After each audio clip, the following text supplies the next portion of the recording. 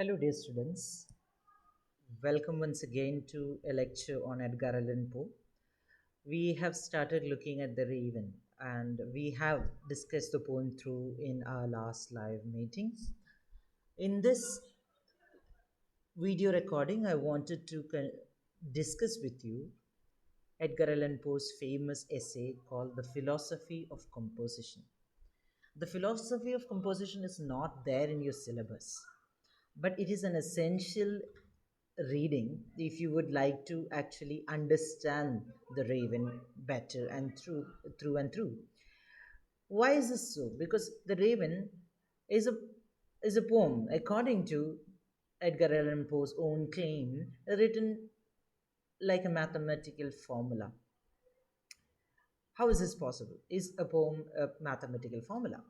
This is something that we would be looking at in this essay, because what Poe argues here is that if you are careful, if you are a rational being, you can put together a poem using logical arguments and deductions and conclusions. You can put together, just like how you come to the solution of a mathematical formula, you can come up with a poem that is equally pleasing to the lay reader and to the critic as well.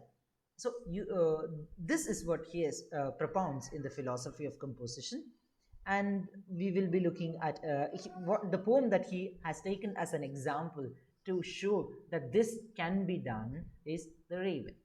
And I have mentioned in the previous lecture, critics often say that um, Poe didn't necessarily have the philosophy of composition in mind when he wrote The Raven, but rather after writing The Raven, he realized that um, it could be broken down into this philosophy of composition.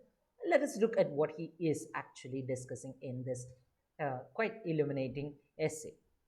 Because, as you know, it is difficult for any poet or any creative artist, for that matter, to discuss the process behind the art that they practice.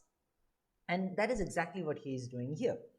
He is extending the arguments presented in the importance of the single effect in a prose tale, and he's applying those principles to poetry. He says in his essay, the importance of the single effect in a prose tale, that unity of effect is of paramount importance in a short story. And he extends this argument to poetry and adds a lot of other dimensions into the discussion of the construction of a poem. This is a methodical account of how he wrote The Raven, and he talks about the deliberate choices he made in the composition, revealing the aesthetic decisions behind it. He talks about brevity as communicating the effect of the piece, or the importance of brevity or being brief, uh, and the beauty of the as the province of the work. That the work is the primary area in which it works is aesthetics or beauty. That a poem or any literary piece of work is most effective when it works in the its main idea is its main province, the area in which it acts, is beauty. Melancholy is the chosen tone. His theme, setting, sound, he discusses all of these and how he came upon the choices he made and the merit of refrain. And finally, the figure of the raven, as opposed to say another bird like a parrot. How he came up with all these decisions, how he made all these decisions, and this is what he is talking about.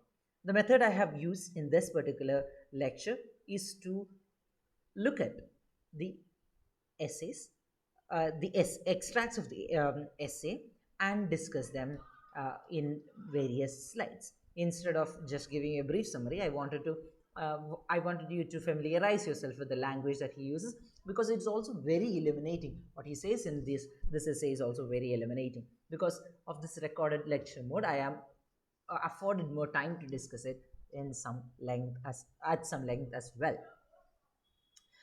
So the beginning of composition, when he talks Edgar Allan Poe talks about the beginning of composition, he says that nothing is more clear than that every plot worth the name must be elaborated to its denouement before anything be attempted with the pen.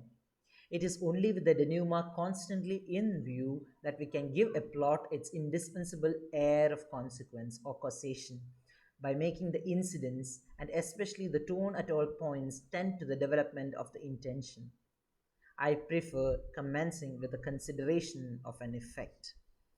So Poe argues that all works of art, all plot, especially in prose, should begin with the denouement in mind. That one should have the end goal in mind before one begins. End must be plotted out clearly before you embark on the journey of writing the actual story. He says, I prefer commencing with the consideration of an effect. Edgar Allan Poe prefers, while writing a poem or a prose piece, begin at the end. What is the end product that is desired? An effect that is in an effect that is left in the reader. So he likes to start with that effect. What effect does he want to uh, make the reader feel? So this is where he prefers to begin at the end. Having chosen a novel first and secondly a vivid effect, I consider whether it can be best wrought by incident or tone, whether by ordinary incidents and peculiar tone, or the converse, or by peculiarity both of incident and tone, afterward looking about me, or rather within, for such combination of event or tone as shall best aid me in the construction of the effect. So he says he chooses the effect based on two things. One, novelty, that the effect that the reader may end up feeling should be new. And the second is it should be vivid. How vivid it should be is also this. He chooses an effect based on its novelty and uh, vividness. So he then considers, after having chosen the effect with which he want the reader um, to live with after reading the poem. He chooses the incident or tone that best suits uh, that that effect.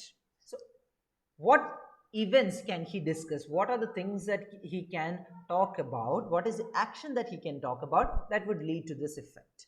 Or what is the tone in which he can talk about this action that will lead to this effect? So you can talk about the same incident using various tones. You can talk about the misfortune of a man seeking a wife uh, in very somber ways, or you can play it out as a satire. So same thing can be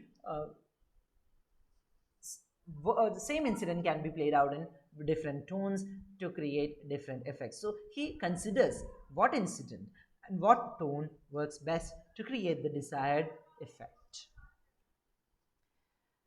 He says most writers, poets in especial, prefer having it understood that they compose by a species of fine frenzy, an ecstatic intuition. So he is critical of the poets who say, I cannot talk about my process because it comes from a mystical place somewhere that I cannot explain. It is not a rational process. It is a mystical process. This is what many of the artists say, and he is critical of those artists, especially the poets who say this. And he says, and they would positively shudder at letting the public take a peep behind the scenes at the elaborate and vacillating crudities of thought, at the true purposes seized only at the last moment, at the innumerable glimpses of idea that arrived not at the maturity of full view, at the fully matured fancies discarded in despairs unmanageable, at the cautious selections and rejections, at the painful erasures and interpolations, in a word, at the wheels and pinions, the tackle for scene shifting, the step ladders and diamond traps, the cock's feathers, the red paint and the black patches, which in 99 cases out of 100 constitute the properties of the literary history.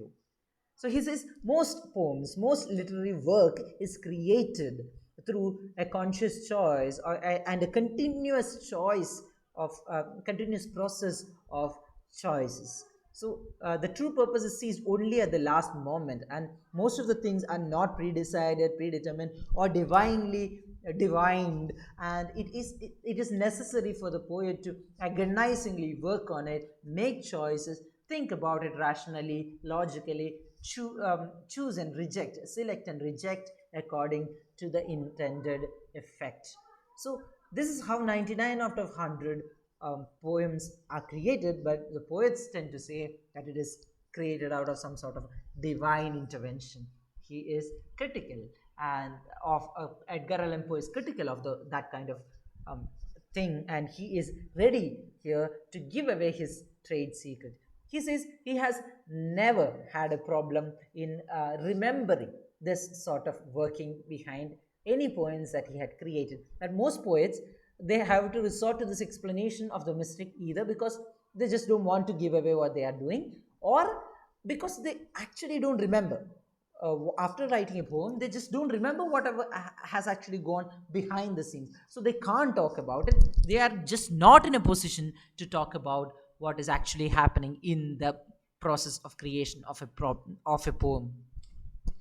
But he himself, Edgar Allan Poe says, have never had that problem. He always remember exactly and precisely what the process behind um, the creation of his poems are. So he hereby selects The Raven as a generally known poem and renders it manifest that no one point in its composition is referable either to accident or intuition, that the work proceeded step by step to its completion with the precision and rigid consequence of a mathematical problem. So he says his poem was created almost like a mathematical problem, solved step by step through contemplation and not through accident or intuition. There is nothing intuitive or accidental about the construction of The Raven, is what Edgar Allan Poe argues.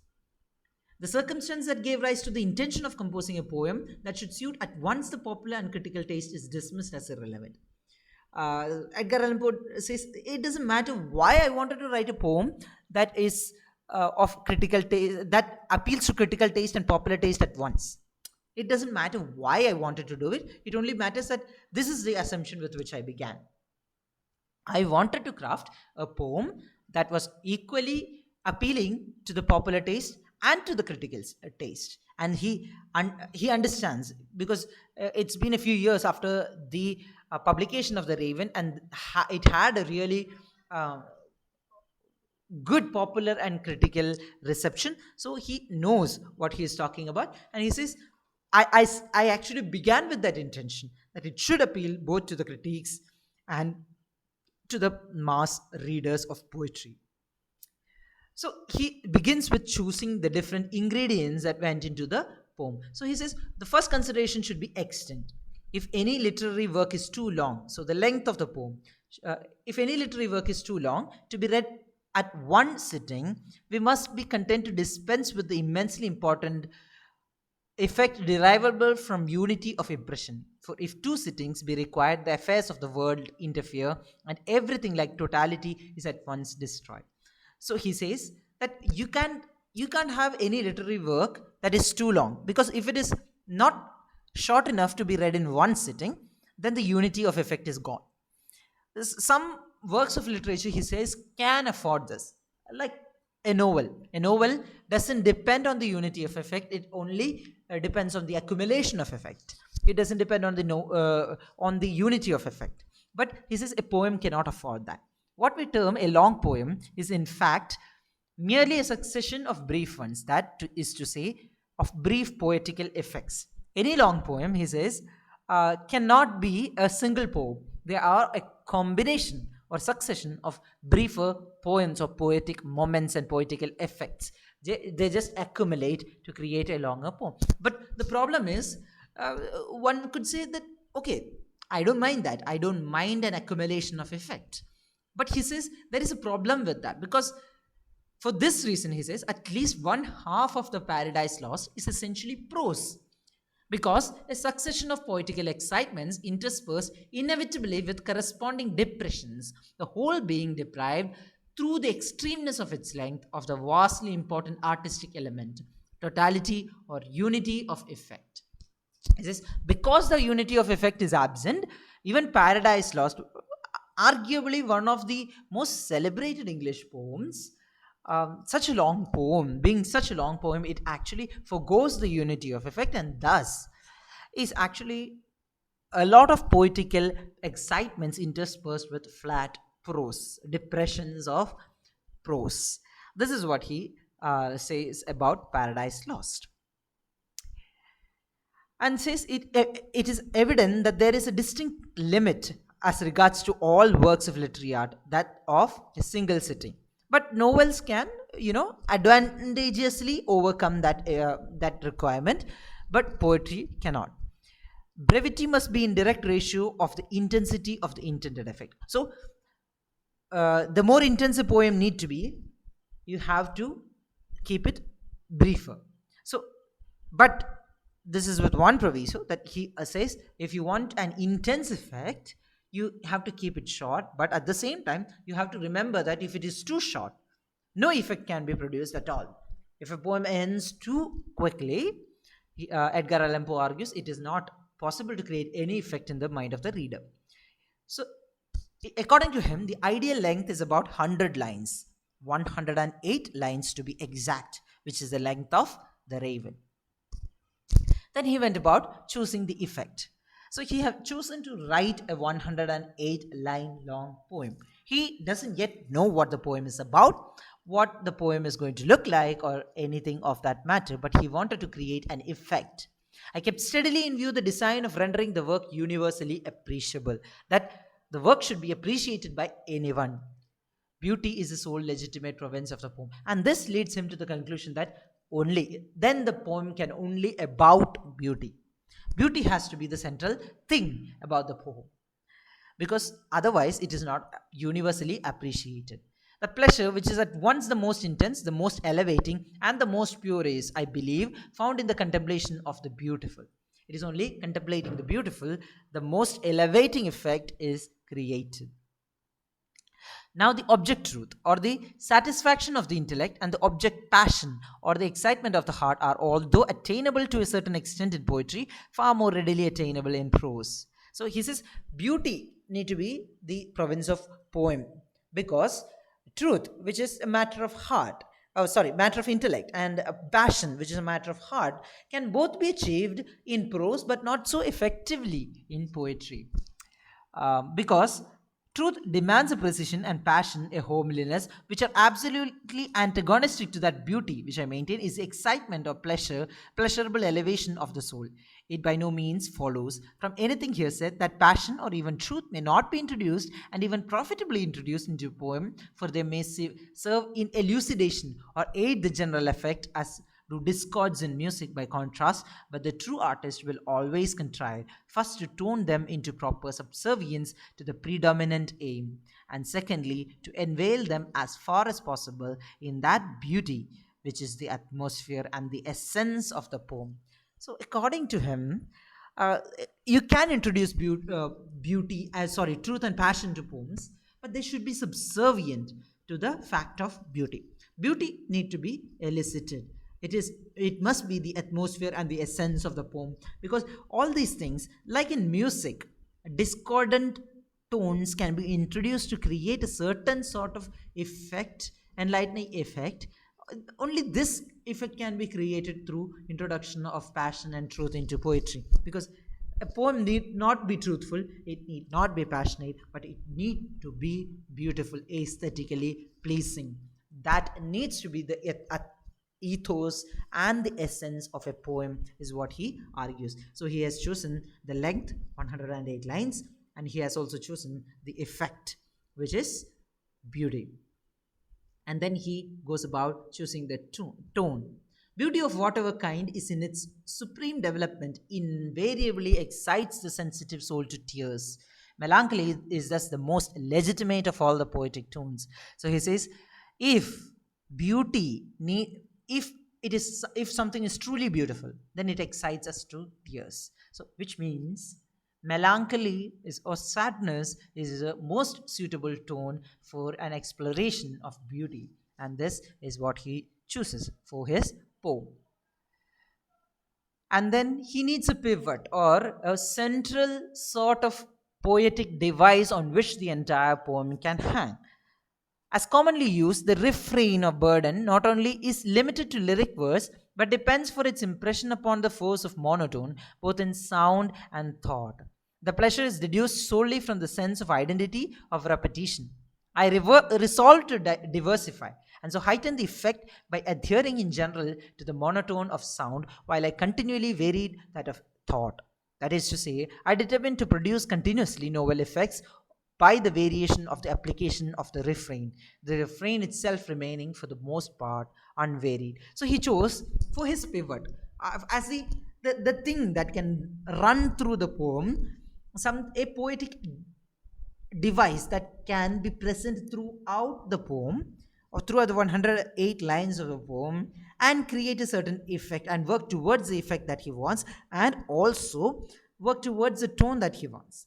So he has chosen refrain as that device, but he sees that around him most people who use refrain just uses it monotonously through repetition, and it works only because in music and song it works because of the familiarity. When the refrain comes back again into the course of the plot, you are just reminded of, oh yeah, I recognize this from earlier. So refrain works only because it there is recognition. But here he wanted to try something different.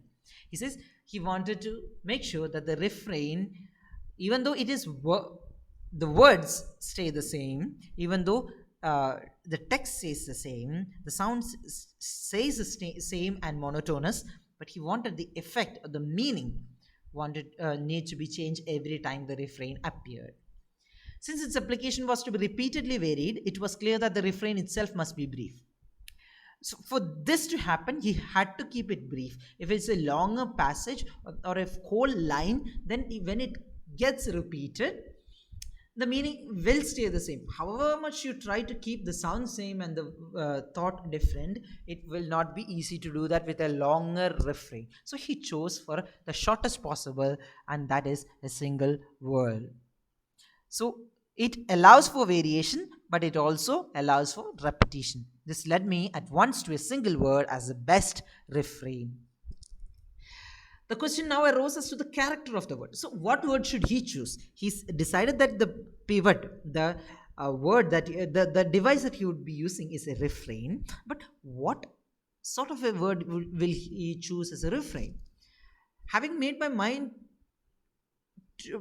my mind to a refrain, the division of the poem into stanzas was, of course, a corollary, the refrain forming the close to each stanza.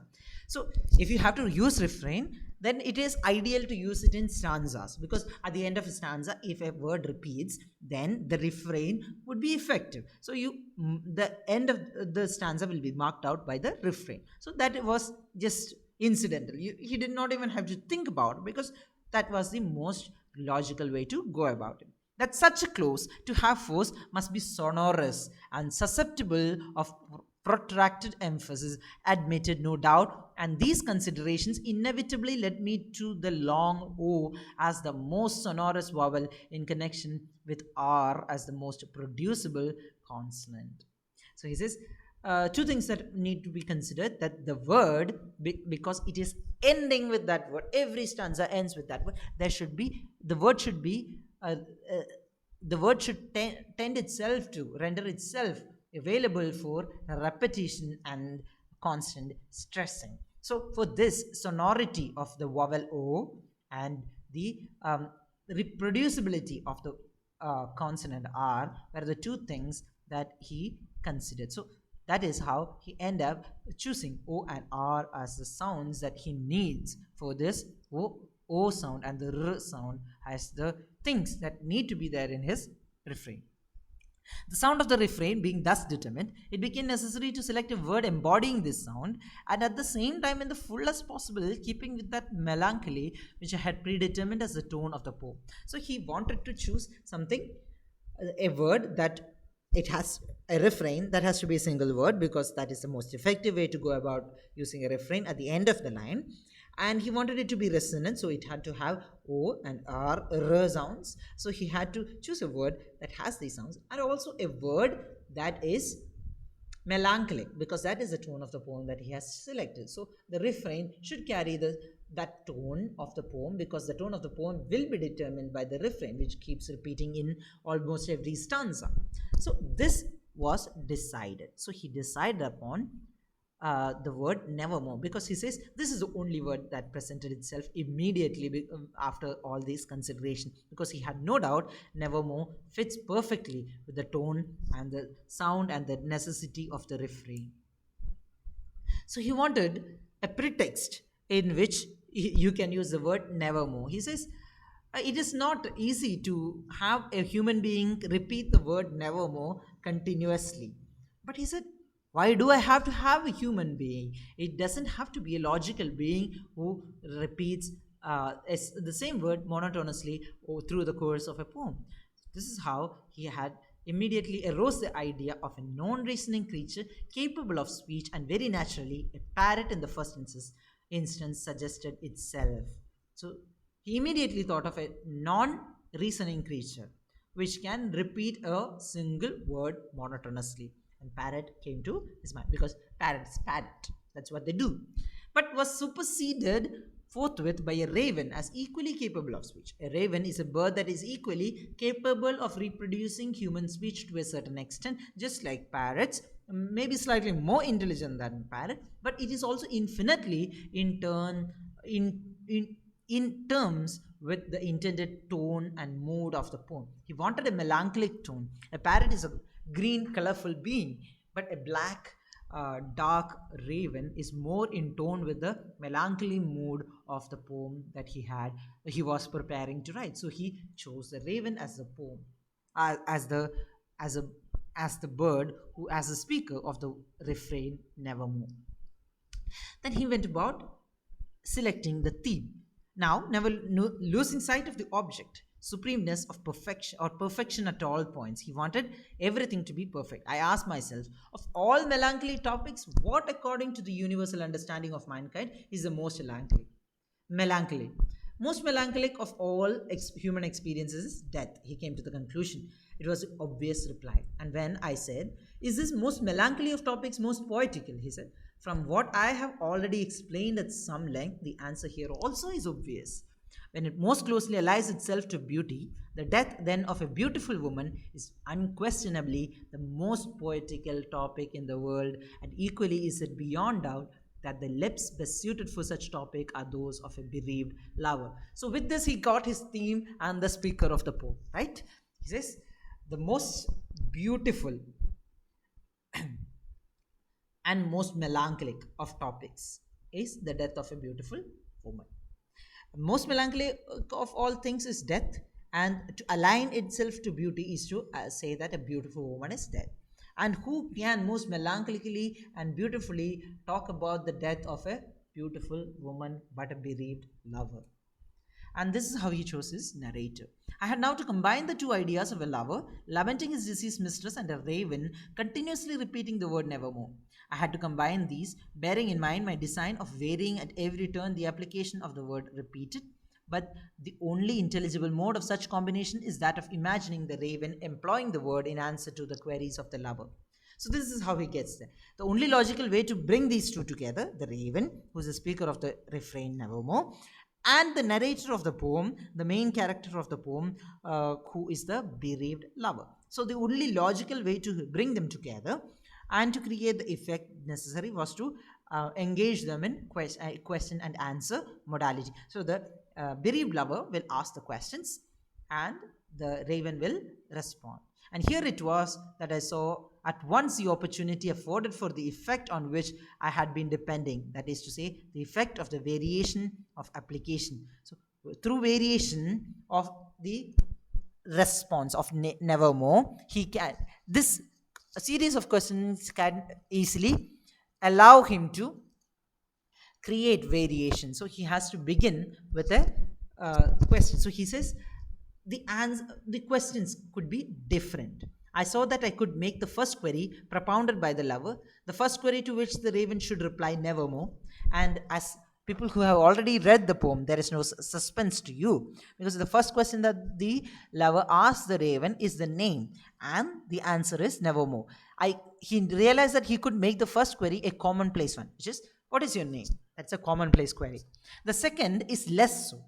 That is, he asks about, you know, uh, friends have come and gone, and tomorrow the bird will leave too. This is what the lover says in the second term, when the answer becomes a little bit more pertinent to the question.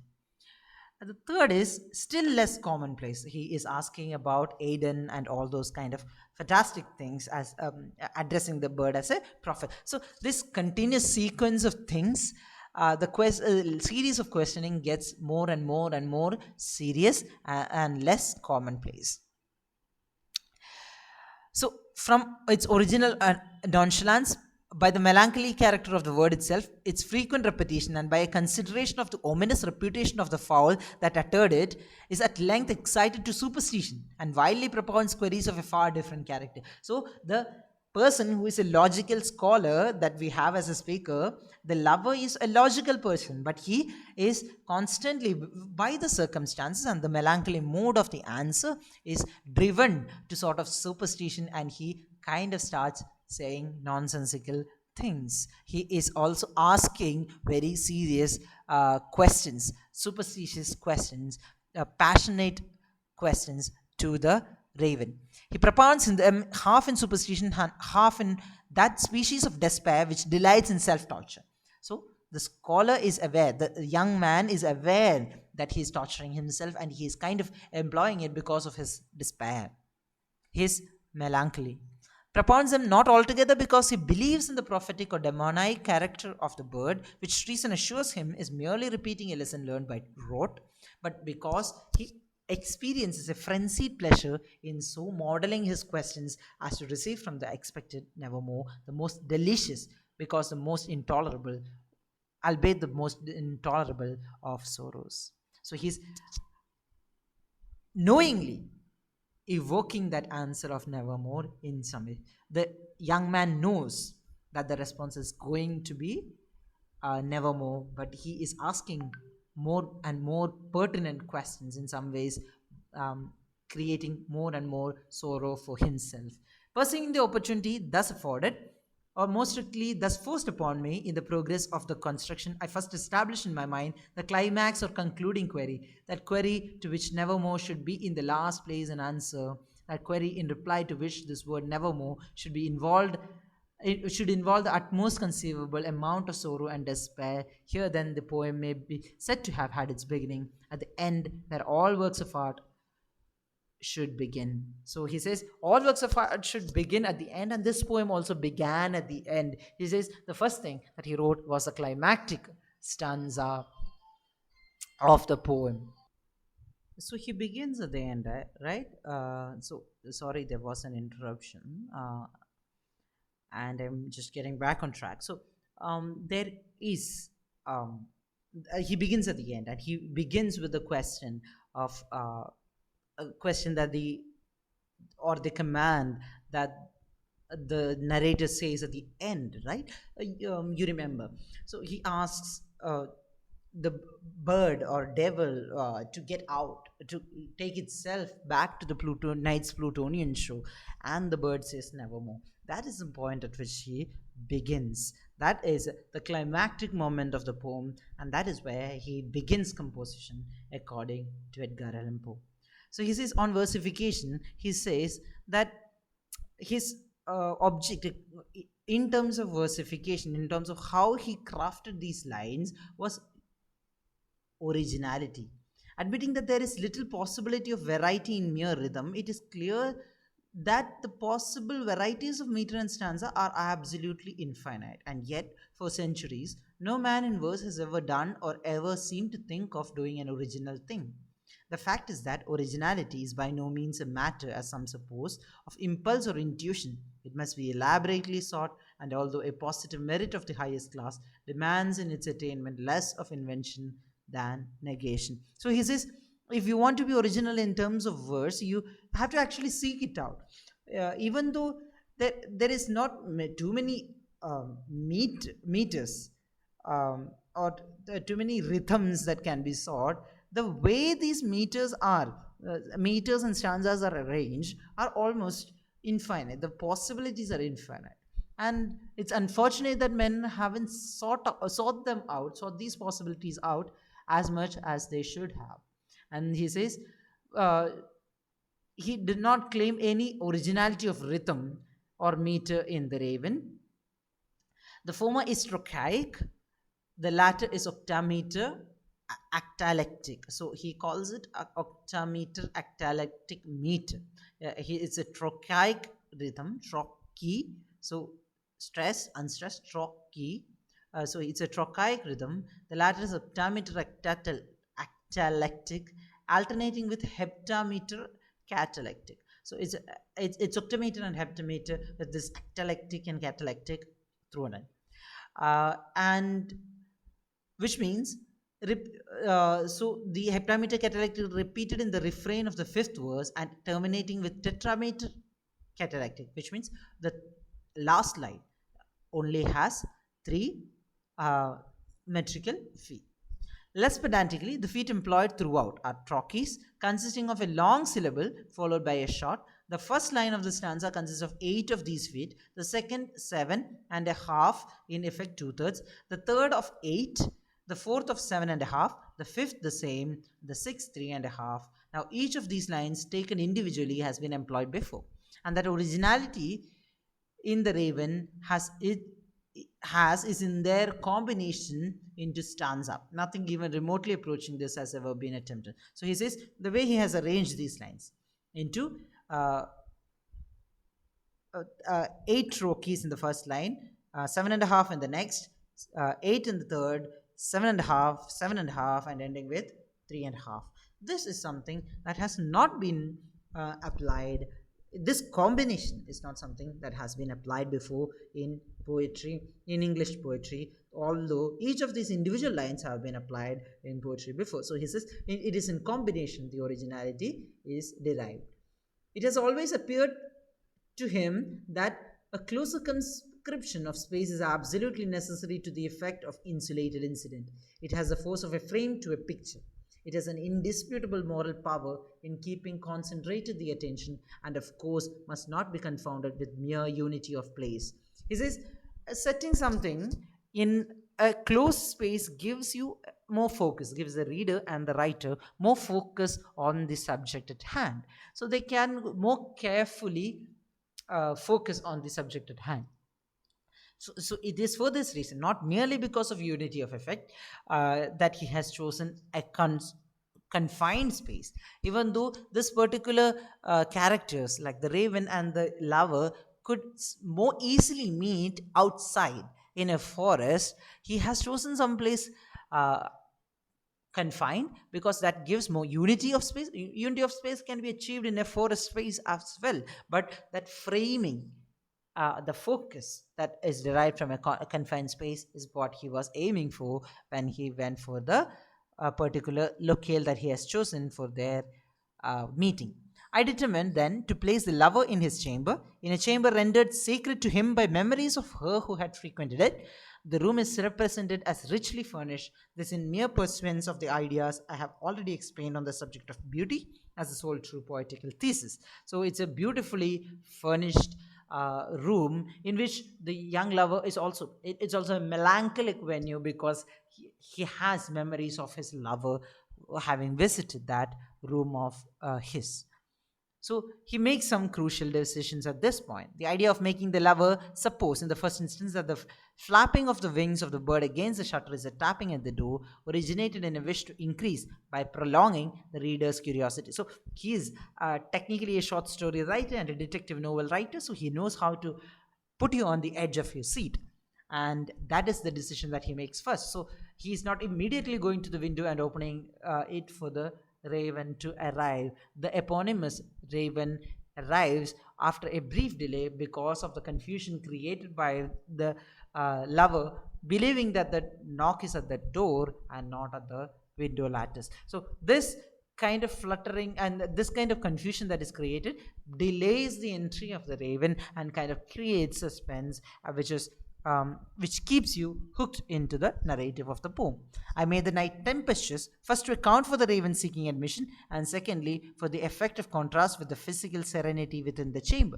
So the chamber itself is well lit, warm, and outside it is tempestuous. This also goes as a rationale for why the bird wanted to come in, and it also works to contrast that the outer world is tumultuous, like the inside of the lover's brain is also tumultuous, but the room itself, the setting of the entire thing is much more calm and serene and beautiful. I made the bird a light on the bust of Pallas, also for the effect of contrast between the marble and the plumage. So the bird's feathers are dark and black, and the Pallas bust is marble and white. So there is a contrast created. The bust was absolutely suggested by the bird. Being understood that the bust was absolutely suggested by the bird. The bust of Pallas being chosen first as most in keeping with the scholarship of the lover, and secondly for the sonorousness of the word Pallas itself. So Pallas Athena. So because it is somebody who is associated the scholar is associated with Greek mythology, and his pursuit for pleasure, pursuit for knowledge, sorry, is reflected in the choice of palace bust as a decor in his room, and the word palace itself has that kind of resonance which Edgar Allan Poe quite fancied. So he also chose other effects, like he began with the fantastic, that there is that suggestion of the angel and the demons and the seraphim, and the initial belief that it could be that the knocking could be Lenore herself coming back from the dead. So all this fantastic imagery, fantasy is converted into much more grave and serious questions of loss and fear and despair. This kind of shift is also quite significant in creating the particular effect on the reader. This revolution of thought or fancy on the lover's part is intended to induce a similar one on the part of the reader, to bring the mind into a proper frame for the denouement, which is now brought about as rapidly and as directly as possible. Once the bird enters and the action begins, the initial fantastic questions are quickly changed to seriousness, and we are rushing towards the denouement or the climax of the poem. With the denouement proper, the ravens reply, "Nevermore," to the lover's final demand if he shall meet his mistress in another world. The poem, in its obvious phase, that of a simple narrative, may be said to have its completion. This is where it ends, right? That when he asks, "Will I meet her in Aden? Will I have balm in Gilead?" The bird says, "No." "Will I meet her in Aden? Will I clasp my maiden's hand in Aden?" The bird says, "Nevermore." So far, so this is the narrative conclusion, but everything is within the limits of the accountable, or everything is logical and reasonable, because the repetition of the birds speaking and repetition on all of these things seem to be logical to some extent. A raven, having learned by rote the single word "nevermore," and having escaped from the custody of its owner, is driven at midnight through the violence of a storm to seek admission at a window from which a light still gleams, the chamber window of a student, occupied half in poring over a volume, half in dreaming of a beloved mistress deceased. The casement being thrown open at the fluttering of the bird's wings, the bird itself perches on the most convenient seat out of the immediate reach of the student, who, amused by the incident and the oddity of the visitor's demeanor, demands of it, in jest and without looking for a reply, its name. The raven addressed answers with its customary word "nevermore," a word which finds immediate echo in the melancholy heart of the student, who, giving utterance aloud to certain thoughts suggested by the occasion, is again startled by the false repetition of "nevermore." The student now guesses the state of the case, but is impelled, as I have before explained, by the human thirst for self-torture, and in part by superstition, to propound such queries to the bird as will bring him, the lover, the most of the luxury of sorrow, through the anticipated answer "nevermore." With the indulgence to the extreme of this self-torture, the narration, in what I have termed its first or obvious phase, has a natural termination, and so far there has been no overstepping of the limits of the real. So he says, he converts the entire poem's most part of the poem into a prose, and says, all of this is logical, this can happen, right? All of this can happen, this is all real. We are not stepping into fantasy. There are suggestions of fantasy, but there is no fantastical element here. Everything is within reason. But he ends the poem on a different note. Two things are invariably required. First, some amount of complexity, or more properly, adaptation. And secondly, some amount of suggestiveness. So, if a poem needs to be effective, it has to create some sort of suggestiveness and complexity. Because if you can convert the entirety of a poem into a prose passage like Edgar Allan Poe just did with his own poem, it kind of destroys the point of writing a poem, right? The poem has to suggest something beyond that. It has to be a little more layered and complex than that.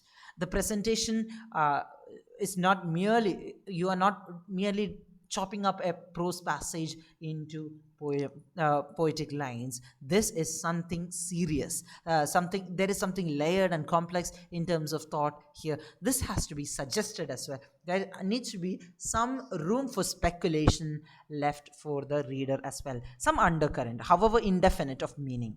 It is this latter, in a special, which imparts to a work of art so much of that richness which we are too fond of confounding with the ideal. It is excess of the suggested meaning. It is a rendering this the upper instead of the undercurrent of the theme, which turns into prose, and that of the very flattest kind, the so-called poetry of the so-called transcendentalist. He critiques this transcendentalist here very underhandedly and says that some people believe that this suggestiveness is the only purpose of poems, but that kind of spoils the poems. The suggestiveness need to be the undercurrent. There needs to be a narrative, and under that narrative there should be some suggestion. If all the poem is about suggestiveness, then you spoil the poem. It just becomes a very bad prose piece chopped up into verse. Holding these opinions, he adds that the two concluding stanzas, he added the two concluding stanzas of the poem, their suggestiveness being thus made to pervade all the narrative which has preceded then.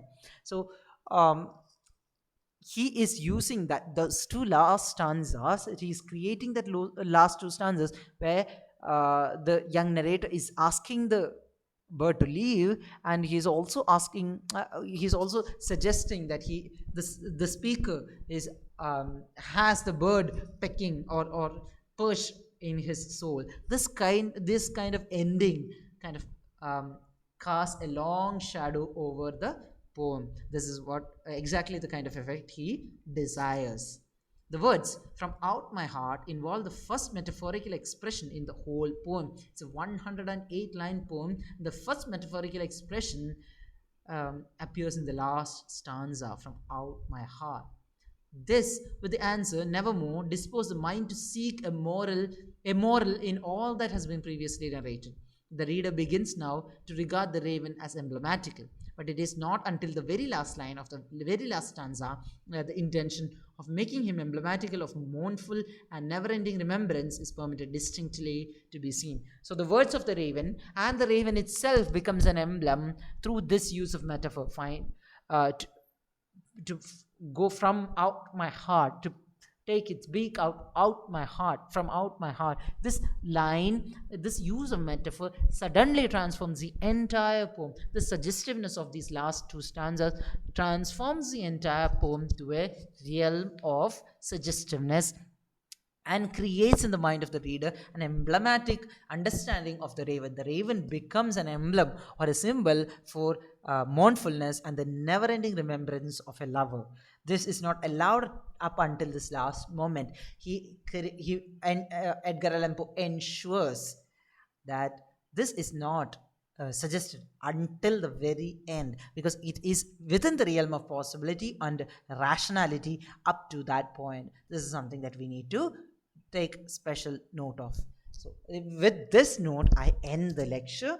So I hope you understand the point of discussing this essay, right? Because this essay illuminates the poem better than I could ever do, or most critics could ever do. He breaks down his own poem is so clinically that he actually, while giving us a model for how to create a poem, how to write a poem, he is also giving us a model of how to read a poem, like a poem, like the raven. So he goes through each and every element, and I hope you have understood. If there are any questions or clarification that is needed, please feel free to ask me. And with that I conclude my lecture. Thank you for listening, and talk to you soon. Thank you.